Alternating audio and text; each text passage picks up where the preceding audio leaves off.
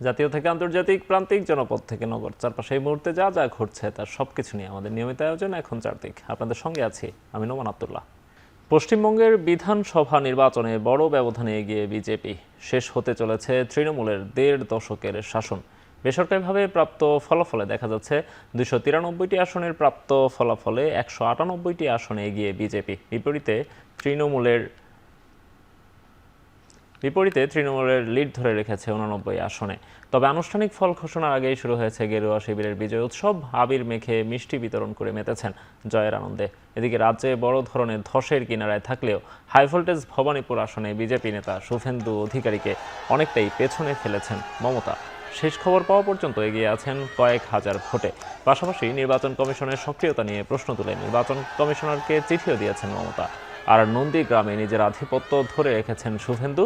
এরই মধ্যে ঘোষণাও দিয়েছেন পশ্চিমবঙ্গে সরকার গঠনের পথে বিজেপি। অন্যদিকে ভোট গণনার মধ্যেই বিজেপি সমর্থকদের বিরুদ্ধে তৃণমূলের এক প্রার্থী ও কর্মীদের মারধরের অভিযোগ উঠেছে। গণনা কেন্দ্রে পরিদর্শনে আসা মমতা বন্দ্যোপাধ্যায়কে উদ্দেশ্য করে চোর চোর স্লোগান দিয়েছে গেরুয়া শিবিরের কর্মীরা।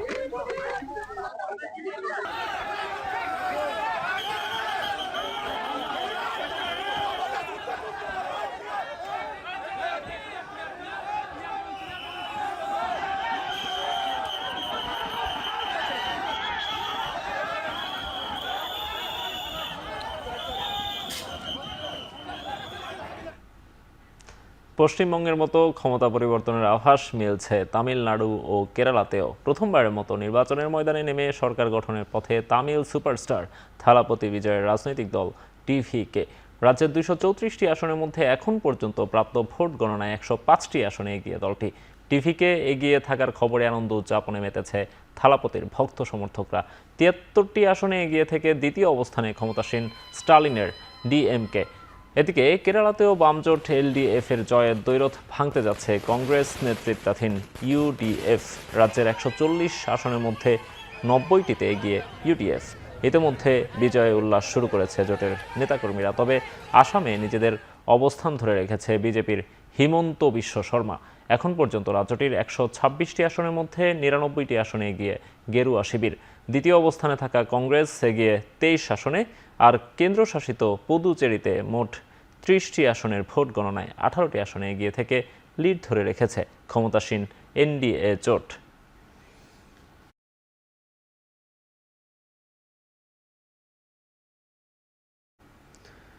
পশ্চিমবঙ্গ বিধানসভা নির্বাচনের ভোট গণনার সবশেষ খবর জানাতে কলকাতা থেকে সরাসরি যুক্ত হচ্ছেন সহকর্মী দীপক দেবনাথ। দীপক, সবশেষ ফলাফলে বিজেপির দৌড় কোথায় গিয়ে থামবে বলে মনে করছেন, আর তৃণমূল শিবিরের প্রতিক্রিয়া কি, বিস্তারিত জানাবেন।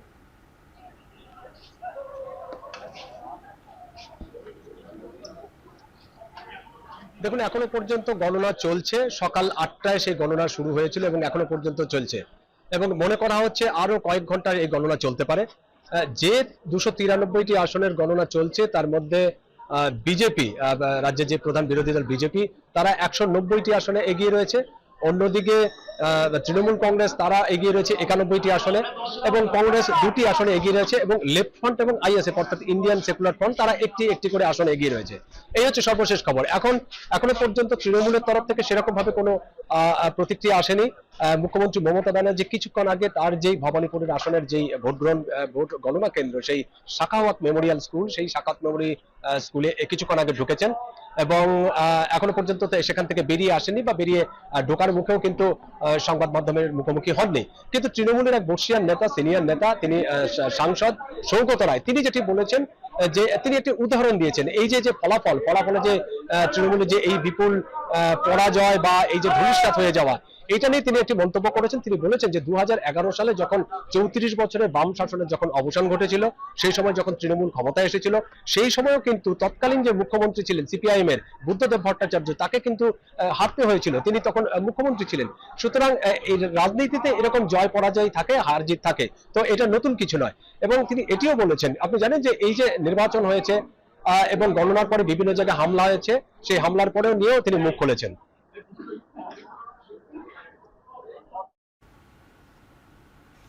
আসন্ন ঈদুল আজহায় কোরবানির পশুর সংকট হবে না বলে জানিয়েছেন কৃষিমন্ত্রী আমিনুর রশিদ। আর কোরবানির পশুর চামড়া নষ্ট রোধে ডিসিদের নির্দেশ দেওয়ার কথা জানিয়েছেন বাণিজ্যমন্ত্রী খন্দকার আব্দুল মুক্তাদির। এছাড়াও বন্ধ থাকা অর্ধশত বস্ত্র ও পাটকল চালু করতে বেসরকারি খাতে ছাড়া হচ্ছে বলেও জানান তিনি। রাজধানীর ওসমানী স্মৃতি মিলনায়তনে ডিসি সম্মেলনের দ্বিতীয় দিনে এসব কথা জানান তারা। কৃষিমন্ত্রী জানান, হাওরের কৃষকদের আগামী 3 মাসে 7,500 করে টাকা দেবে সরকার।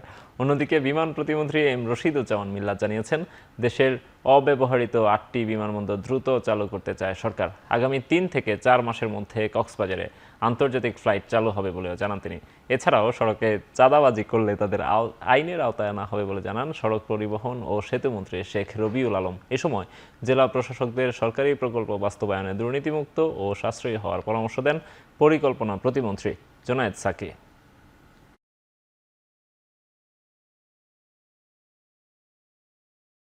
গুণগত মান বজায় রেখে দুর্নীতি কমিয়ে এই সব প্রকল্পগুলো বাস্তবায়ন, এটা একটা কিভাবে তার জন্য প্রাতিষ্ঠানিক যোগ্য ব্যবস্থা তৈরি করা যায় সেগুলো নিয়ে আলোচনা হয়েছে। চাঁদাবাজির কোনো সুযোগ নেই। চাঁদাবাজি একটা অপরাধ। যারা চাঁদাবাজি করছে তাদেরকে নিয়ন্ত্রণ করা হবে, আইনের আওতায় আনা হবে। আইনের আওতায় আনা হয়েছেও। আর পর্যায়ক্রমে এগুলি যে বিচ্ছিন্ন যেগুলি আছে সেগুলিকে শৃঙ্খলার মধ্যে আনার একটা চেষ্টা আছে। চামড়াটা যাতে নষ্ট না হয় সেই জন্য নষ্ট হয়ে যায় বলে এইটা থেকে যদি আজকে বিক্রি না হয় কালকে বলবে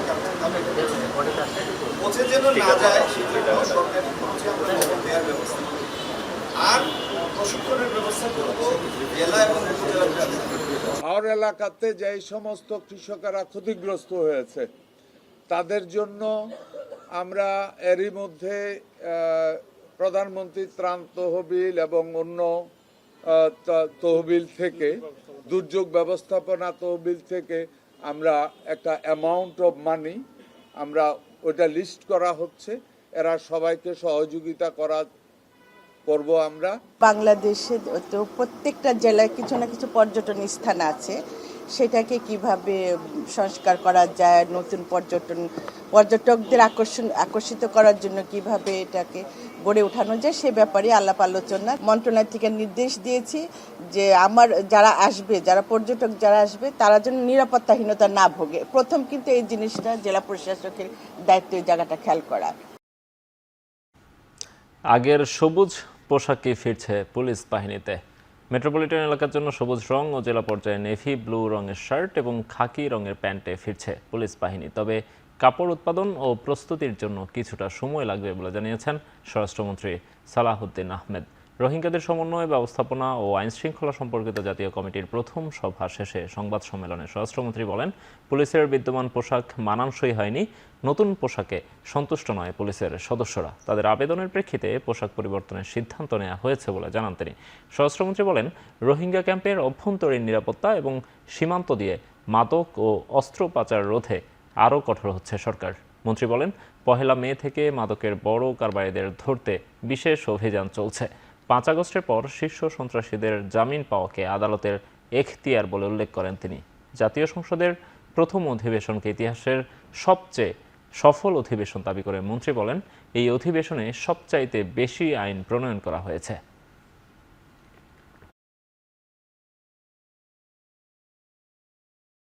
আমরা লক্ষ্য করেছি সারা দেশে এবং পুলিশ বাহিনীর মধ্যে যে বিদ্যমান তাদের পোশাক আছে এটা নিয়ে কেউ সন্তুষ্ট না, এবং এইটার যেটা দৃশ্যমান যে এই পোশাকটা আসলে ওয়াইডলি অ্যাকসেপ্টেডও হয় নাই। পুলিশ বাহিনীর আবেদনের প্রেক্ষিতে আমরা বিষয়টা বিবেচনা করেছি। উপরের অংশ আগে যেটা ছিল মেট্রোর জন্য এবং সারা দেশের জন্য সেটা আমরা বহাল রেখেছি, তবে প্যান্ট পাজামা সেটা আমরা খাকি ড্রেস দিয়েছি। সংরক্ষিত নারী আসনে বিএনপির এমপিরা গণতন্ত্রকে প্রাতিষ্ঠানিক রূপ দিতে কার্যকর ভূমিকা রাখবে বলে মন্তব্য করেছেন স্থানীয় সরকার মন্ত্রী ও দলের মহাসচিব মির্জা ফখরুল ইসলাম আলমগীর। দুপুরে সাবেক রাষ্ট্রপতি জিয়াউর রহমান ও সাবেক প্রধানমন্ত্রী বেগম খালেদা জিয়ার সমাধিস্থলে শ্রদ্ধা নিবেদন করেন সংরক্ষিত নারী আসনে বিএনপি নবনির্বাচিত 36 এমপি। এ সময় তাদের সঙ্গে ছিলেন বিএনপি মহাসচিব ও স্থানীয় সরকার মন্ত্রী মির্জা ফখরুল ইসলাম আলমগীর। এ সময় নারী এমপিরা বলেন, মাদক, সন্ত্রাস, দুর্নীতি সহ নারীদের অধিকার রক্ষায় কাজ করবেন তারা।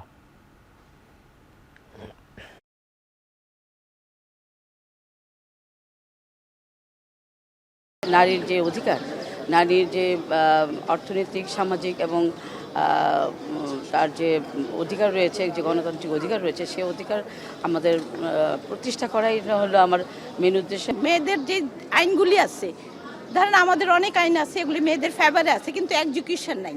তো এডুকেশনে কাজ করতে হবে। আমাদের নারী সদস্যরা এখানে শপথ গ্রহণ করেছেন যে তারা বাংলাদেশে গণতন্ত্রকে প্রাতিষ্ঠানিক রূপ দিতে, জাতীয় সংসদকে কার্যকরী করার ক্ষেত্রে জাতীয় সংসদকে সত্যিকার অর্থেই সকল কর্মকাণ্ডের কেন্দ্রবিন্দু পরিণত করতে তারা তাদের ভূমিকা রাখবেন।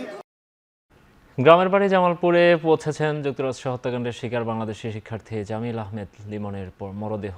মাগরিবের নামাজের পর অনুষ্ঠিত হবে তার জানাজা, এরপরে দাফন করা হবে পারিবারিক কবরস্থানে। বিকেল 4টার দিকে লিমনের মরদেহ মাদারগঞ্জে এসে পৌঁছায়। এ সময় শোকাবহ হয়ে ওঠে বাড়ির পরিবেশ। এর আগে সকাল 9টার দিকে যুক্তরাষ্ট্রে এসে পৌঁছায় জামিলের মরদেহ। পরে বিমানবন্দরে মৃতদেহ হস্তান্তর কেন্দ্র থেকে পরিবারের কাছে মরদেহ বুঝিয়ে দেওয়া হয়। মরদেহ গ্রহণ করে পররাষ্ট্র প্রতিমন্ত্রী শামা ওবায়েদ বলেন, হত্যার সুষ্ঠু তদন্তে যুক্তরাষ্ট্রের সঙ্গে আলোচনা চলছে, কোনো বিষয়ে গাফিলতি হচ্ছে না।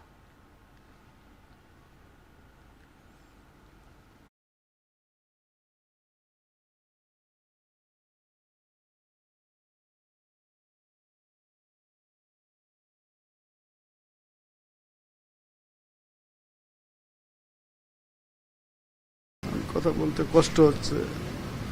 দোয়া করবেন আমার ছেলের জন্য, দোয়া করবেন সবাই, আমাদের জন্য দোয়া করবেন। বাদ মাগরিব জানাজা এখান থেকে জামালপুরে মাদারগঞ্জে নিয়ে যাওয়া হবে।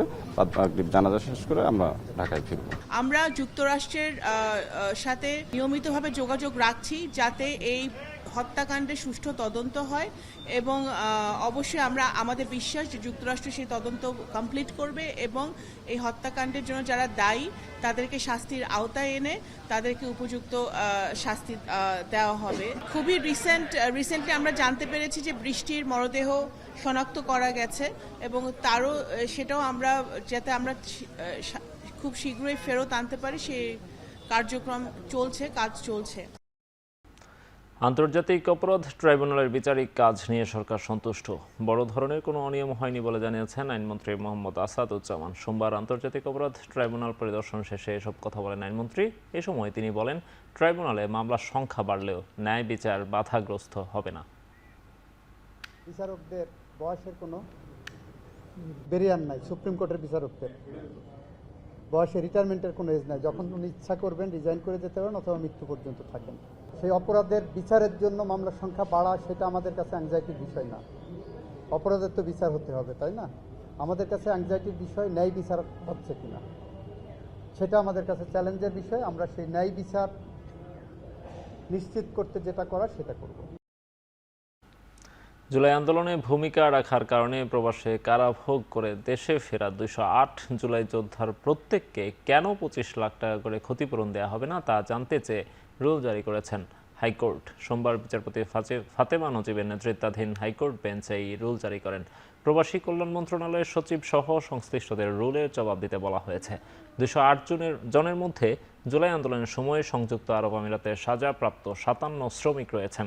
এই 57 জন সহ 208 জনকে সরকার জুলাই যোদ্ধা হিসেবে স্বীকৃতি দিয়েছে।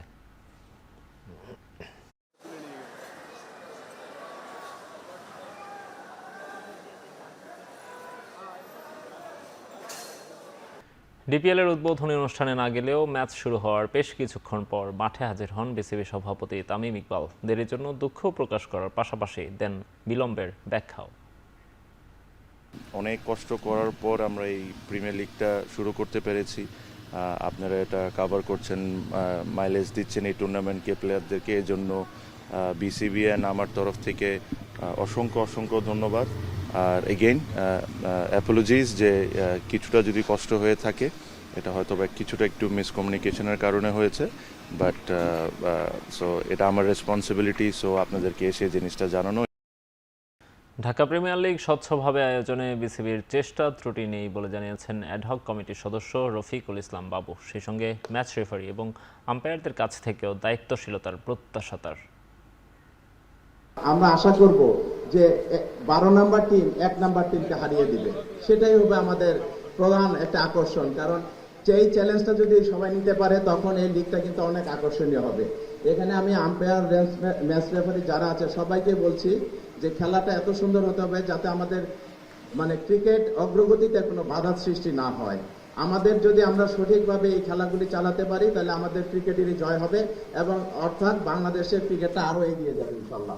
পাশাপাশি আমাদের অন্যান্য মাঠগুলিতে আমরা যতটুকু সম্ভব আমরা চেষ্টা করেছি যাতে কোনো ফ্যাসিলিটিজের কোনো সমস্যা না হয়, গ্রাউন্ডসের কোনো সমস্যা না হয়। সবাই কোঅপারেশন করেছে, সবাই এগিয়ে এসছে। শেষ করছে এখন চারদিক। এখন টেলিভিশন ওয়েবসাইটে দেখতে ভিজিট করুন www.ekhon.tv। এছাড়া ফেসবুকে দেখুন facebook.com/tv.ekhon, ইউটিউবে দেখুন youtube.com/c/ekhon tv।